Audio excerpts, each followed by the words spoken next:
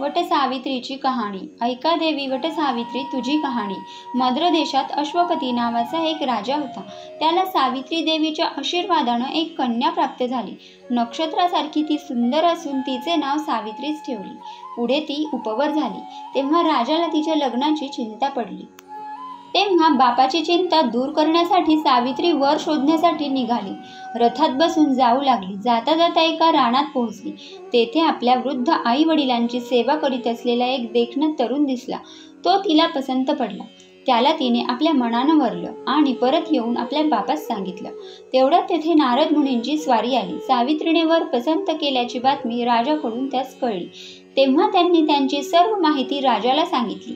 ते म्हणाले, शाल्व देशाच्या अंध आणि पदच्युत राजाचा सत्यवान हा मुलगा, तोच सावित्रीने पती म्हणून निवडला. हे फार वाईट झालं, कारण आजपासून 1 वर्षाने त्याचे मरण आहे. तिनं अजूनही विचार करावा. पण सावित्रीने आपला विचार बदलला नाही. पुढं सत्यवान सावित्रीचं यथासांग लग्न झालं आणि सावित्री पती व सासू सासऱ्यांची सेवा करीत जंगलात राहू लागली. पुढं पतीच्या मरणाला 3 दिवस राहिले असताना तिने अन्न पाणी सोडलं. कडकडीत उपवास करून देवाची आराधना केली. शेवटी पतीच्या मरणाचा दिवसही आला. सत्यवान लाकडं आणण्यासाठी निघाला तेव्हा सासू सासऱ्यांची आज्ञा घेऊन व आशीर्वाद घेऊन सावित्री ही त्याच्याबरोबर गेली. लाकडांसाठी सत्यवान हा एका मोठ्या वडाच्या झाडावर चढणार तोच त्याला मूर्छा आली. तो भूमीवर पडला. सावित्रीने त्याच्या डोक्याखाली मांडी दिली. तिने पतीची निधनाची वेळ ओळखली. पाहता पाहता एक भव्य पुरुष तिला दिसला. तो म्हणाला, सावित्री, मी सूर्यपुत्र यमधर्मराज तुझ्या पतीचा अंगुष्ठ मात्र प्राण घेऊन जाण्यासाठी आलो आहे. असं म्हणून त्याने आपला पाश सत्यवानावर टाकला व त्याचा प्राण घेऊन दक्षिण दिशेने जाऊ लागला. व्रतस्थ पतिव्रता सावित्री ही त्याच्या मागोमाग जाऊ लागली. तेव्हा यम म्हणाला, सावित्री तू परत जा. सावित्री म्हणाली, महाराज, जिकडे पती जाईल तिकडे पत्नीने जावं हाच खरा सनातन पतिव्रता धर्म आहे. तो मी कसा सोडू? असं म्हणून ती यमाच्या मागून जाऊ लागली. तिची पतिनिष्ठा बघून यमाला संतोष वाटला. तो म्हणाला, मुली, मी तुला प्रसन्न झालो आहे. तू कोणताही वर माग, मी तुला देईन. हे ऐकताच सासऱ्याला दृष्टीलाभ, राज्यप्राप्ती, सत्यवानाला दीर्घायुष्य आणि संतती इत्यादी अनेक गोष्टी एकाच वरात कशा मागता येतील याचा तिने थोडा वेळ विचार केला.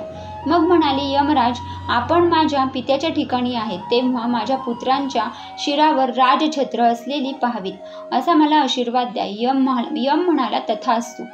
आता मागे फिर. तरी ती परत मागे जाऊ लागली. तेव्हा यम म्हणाला, आता का माझ्या मागून येतेस? तुला हवा तो आशीर्वाद दिला. सावित्री म्हणाली, महाराज, माझा पती जिवंत होऊन त्याला दीर्घायुष्य मिळालं नाही तर पुत्र होतील कसे? यम थक्क झाला व म्हणाला, मुली, मी हरलो, तू जिंकलीस. तुझे पतिव्रताच्या पुण्य प्रतापामुळे मी तुझ्या पतीचे प्राण हे बघ सोडले. जा आता सुखाने नांद. सावित्रीने यमाला वंदन केले. तो निघून गेल्यावर ती पतीच्या शरीराजवळ आली. तोच सत्यवान जिवंत झाला. झोपेतून तो जणू जागाच झाला. ती दोघे आनंदाने घरी आली. पुढे यमाच्या आशीर्वादाप्रमाणे सावित्रीच्या सासऱ्याला दृष्टीलाभ झाला. राज्य परत मिळाले. सत्यवान दीर्घायुषी झाला. पुत्रप्राप्ती झाली. आनंदाने राज्य करू लागला. तेव्हापासूनच वटसावित्री व्रत सुरू झालं. हे व्रत सौभाग्यवती स्त्रियांनी जन्मभर करावे.